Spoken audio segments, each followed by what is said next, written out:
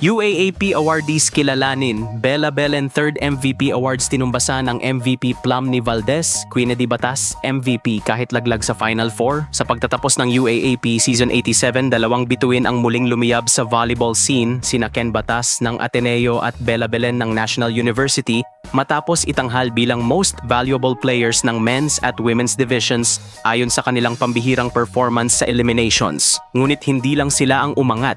Marami pang manlalaro mula sa iba't ibang universidad ang kinilala sa kani-kanilang mga posisyon at kontribusyon. Sa men's division, si Queen de Batas ang naging sentro ng atensyon matapos makamit ang MVP award, isang napakabihirang tagumpay lalo na't hindi nakapasok ang kanyang kopo ng Ateneo sa semifinals.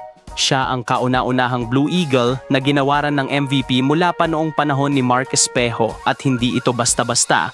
Sa likod ng kanyang 263 points sa elimination round, 44.79% na spiking efficiency at solidong presence sa reception at digging, hindi na kinailangan pa ni Batas ng Final Four para mapatunayan ang sarili. Ayokong mag-focus sa personal na awards, pero malaking bagay ito para sa akin. Kahit hindi kami umabot ng semis, alam kong ibinigay ko ang lahat sa bawat laro, ani Batas.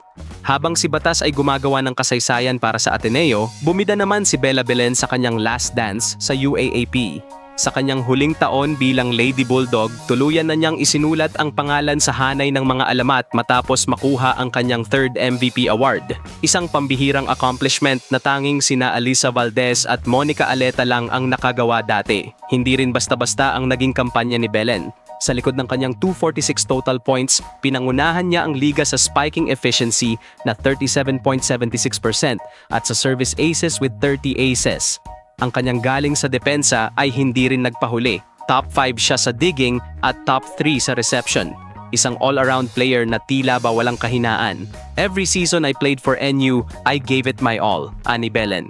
Pero ngayon mas may meaning. Last na ito. I just want to end it the best way possible, with a championship. At habang si Belen ay nagsusulat ng kanyang legacy, isang bagong pangalan naman ang unti-unting gumagawa ng sariling marka. Siya'y nanitura ng Adamson. Sa kanyang kauna-unahang season, agad siyang itinanghal na Rookie of the Year at hindi lang basta award ang kanyang nakuha. Sinitura rin ang leading scorer ng buong women's division, may kabuuang 371 points kahit hindi umabot ang Lady Falcons sa Final Four. Binasag din ni Nitura ang ilang UAAP records tulad ng most point of a rookie in a debut game with 33 points versus Ateneo, most point record in a single match with 38 points versus UP, and 6 times 30-point plus performance in the UAAP. Ito ay isang makasaysayang performance na agad nagbigay sa kanya ng bagong reputasyon bilang isa sa mga pinakadelikadong attackers sa liga. Sa men's side, si JJ Macam ng UST ang tinanghal na Rookie of the Year kasabay ng pagkilalang Best Outside Spiker. Kahit bagong salta, hindi nagpahuli si Macam sa pagpakita ng tapang at consistency sa harap ng mas batikang mga manlalaro. Hindi rin nagpahuli ang kanyang mga kasamahan sa UST gaya ni Popoy Colinares na kinilalang Best Middle Blocker at Dax Yambao na nanguna bilang Best Setter. Hindi rin nagpahuli ang Ateneo sa individual awards. Maliban kay Batas, kinuha rin ni Amil Patsinio ang titulong Best Opposite Spiker matapos manguna sa aces at magpakita ng malaking kontribusyon sa opensa ng Blue Eagles. Sa Adamson, nanguna si Mark Cogembal sa blocking at kinilalang Best Middle Blocker matapos manguna sa buong liga sa kill blocks. Si Menard Guerrero ng DLSU naman ang Best Libero. Sa women's division, tunay ngang siksik sa talento ang Season 87. Sa Lasal, bumida sina Angel Canino na muling kinilala bilang isa sa Best Outside Spikers at Shevana Laput na hinirang na Best Opposite Spiker. Si Laika De Leon, isang revelation sa floor defense, itinanghal na Best Libero matapos manaig sa reception efficiency at digging. Hindi rin nagpahuli ang middle blockers ng women's division. Si Ami Provido ng Lasal ang bagong tagapagtanggol sa net, habang si Nina Itang ng UP ay kinilala bilang Best Middle Blocker sa ikatlong sunod na taon. At syempre, hindi kompleto ang team awards kung walang elite setter. Dito muling pinatunayan ni Lams Lamina ng NU kung bakit siya ang isa sa pinakamahusay sa liga. Muli niyang nasungkit ang Best Setter Award, ang ikalawa na sa kanyang koleksyon, matapos ipakita ang husay sa ball distribution at consistency sa playmaking.